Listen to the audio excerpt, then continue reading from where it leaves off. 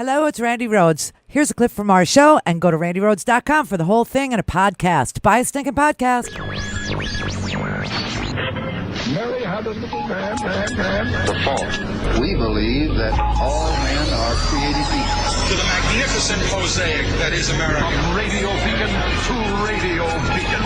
I have a dream today. Change has come to America. Believe it. Knock, knock. Who's there? It's a figment of your imagination. Randi Rhodes Show. Turn up your mind. You know, you can talk all you want about Russia, which was all fake news. I have nothing to do with Russia. Does anyone really believe that story?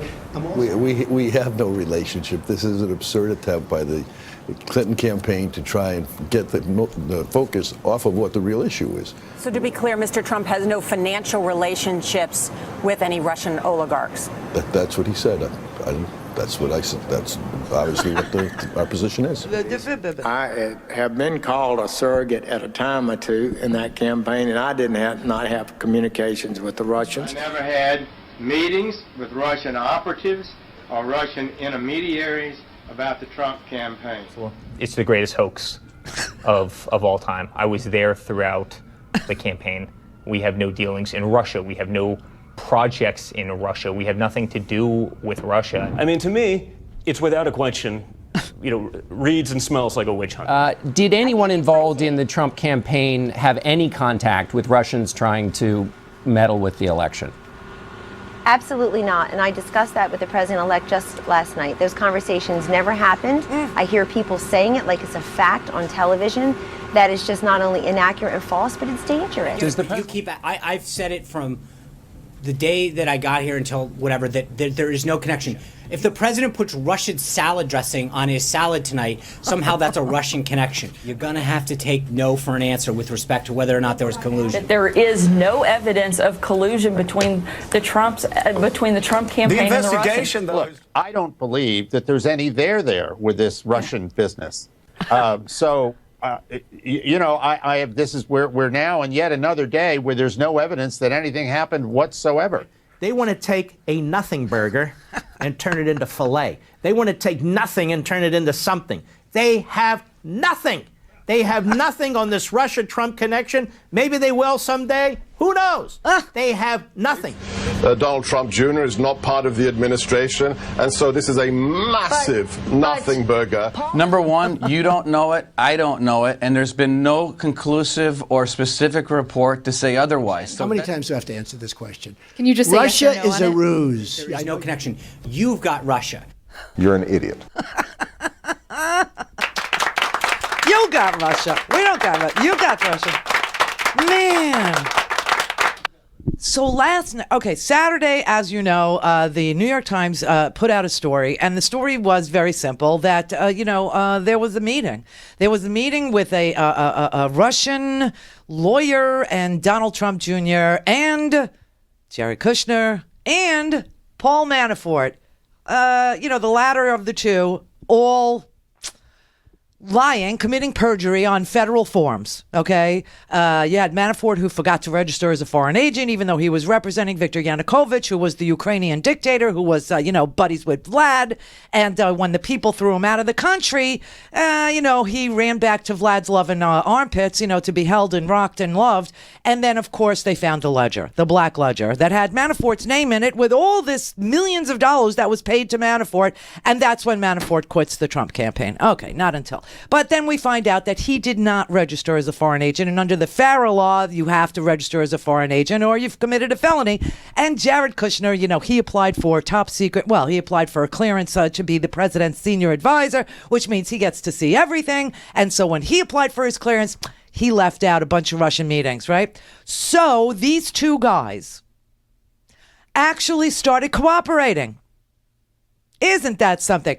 That's where the information that the New York Times had on Saturday came from. It came from Paul Manafort's disclosure form when he, went to correct the record about why he never registered as a foreign agent and retroactively registered as a foreign agent, which on this show was a big damn deal.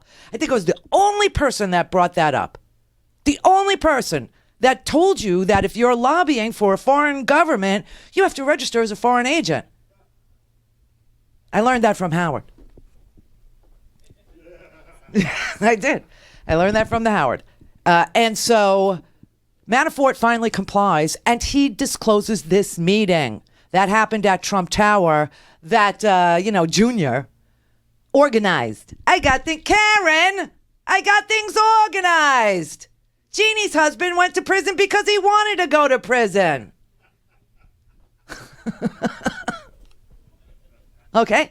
So when Jared Kushner applied for his clearance, he left out all the Russian meetings. He left out the meeting with Gorkov, the Russian banker who happens to be under U.S. sanctions. Remember I said that. And he left out this meeting, and God knows that he left out the meeting with Kislyak, right? Jeff Sessions did too, but we're just focusing on these three from this meeting. So you wonder, how does the New York Times learn this? How did Maggie Haberman get this information? She got it because these are public documents. And these people are trying to retroactively right themselves because they committed felonies. Felonies. These things are felonies, criminal felonies, to lie to the government. Flynn also lied on his security clearance. This is why it's so obnoxious and so disgusting and so disgraceful to call Fox a news organization. You could say they live in a parallel. I don't even want to say they live in a parallel universe. They live in like a parallelogram of a universe. They're going to be like the cast of Gravity, that movie, where they're just all, the five are going to be floating out in outer space. I mean, they're so untethered.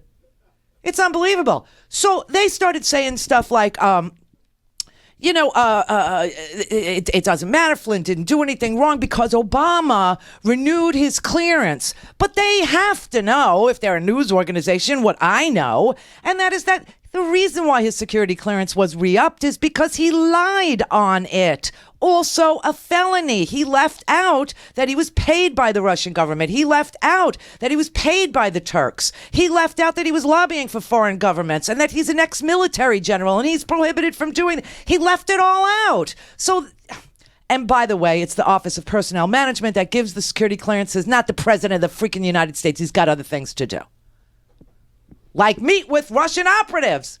So that is how we found out about that meeting on Saturday. So then Idiot Boy Jr., the Beavis of the Beavis and Butthead 2, he starts saying, he releases some statement that he didn't know this woman.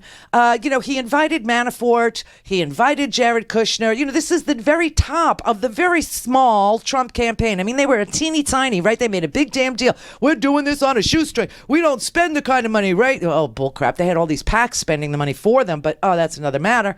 So they're sitting there, they're saying, Manafort and Kushner and, Don Jr., they're all, are organizing a meeting in Trump Tower immediately after Trump gets the nomination as the Republican nominee, right? He's going to be the guy.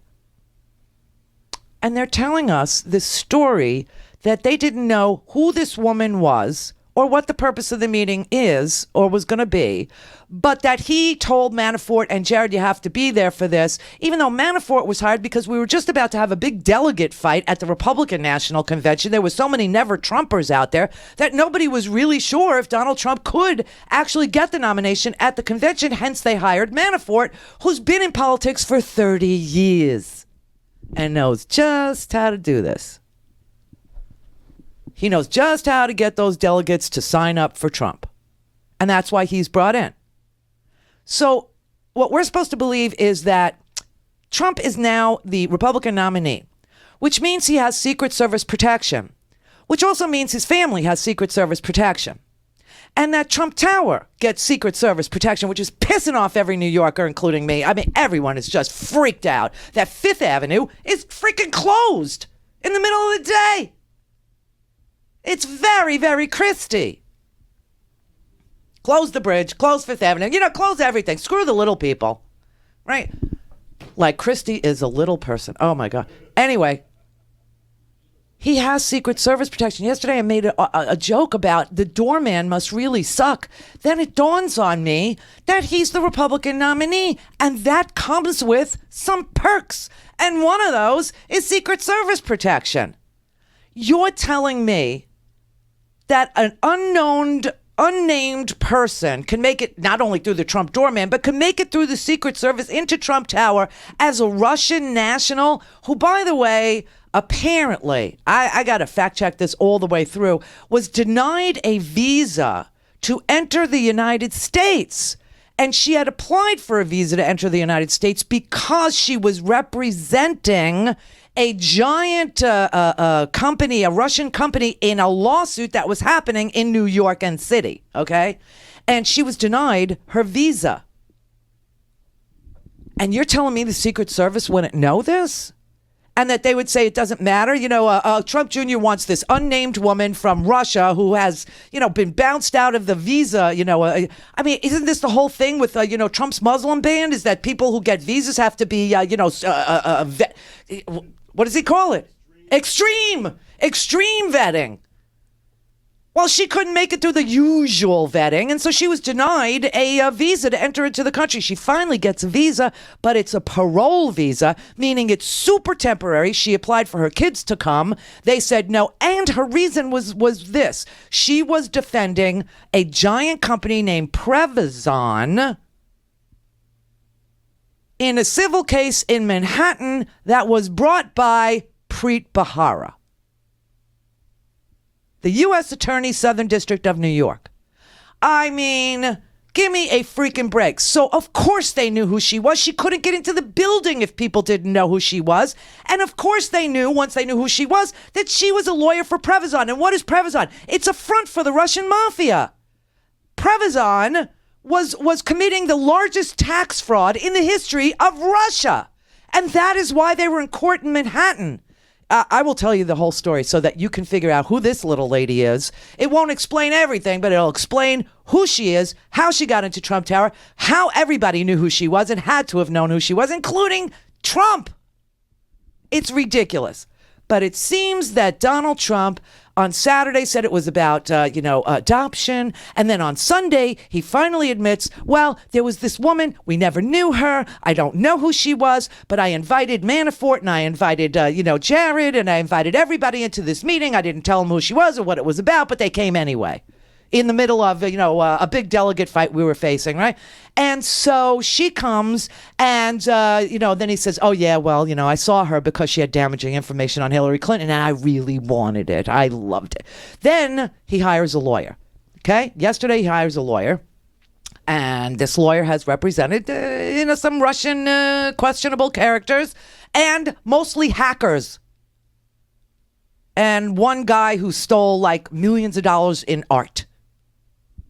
Okay. He's a financial fraudster guy who represents very questionable characters who engage in hacking and who engage in looting. Mostly in Russia. Okay, that's the lawyer. And he must have advised Jared, you better put out these emails because the New York Times has them. Somebody is ratting you out. They're rats. It's all the whole family's rats. Somebody's ratting you out. And the New York Times has these emails, Jared, and they are going to publish them tomorrow. And here's the thing you may not know about journalism, but when you have a story like this, like Maggie Haberman, this is her story. But there are other people working on this story that are doing the most amazing journalistic work you could ever imagine. And they're making the calls and they're doing the shoe leather and they're going and they're looking at documents and they're talking to people who are calling and saying, I can drop a dime. I got an email. I have this. I have that. I wrote the email or whatever. Just leave me alone. Leave me alone. I'm scared. Whatever. Before you publish an article like these, you call the target of the article and you tell them what you're about to publish and you give them a chance not only to comment but to say whether or not national security will be threatened, whether this story exposes sources and methods, if it's an intel secret source. I mean, this thing of unnamed source, it's not that these people are unknown to the reporters. They are called before these articles are published, and I'm sure Jared got the 411 from the Maggie Haberman and the rest of the crew over at the New York Times that they had the emails and they were going to publish them. So what does Idiot Boy do? He freaking tweets out, 14 emails this morning, clearly discounting and showing that everything he wrote about this was a freaking lie, including the disclaimer he issues with the tweets this morning. We'll read them to you. Go to RandiRhodes.com for the whole thing and a podcast. Buy a stinking podcast.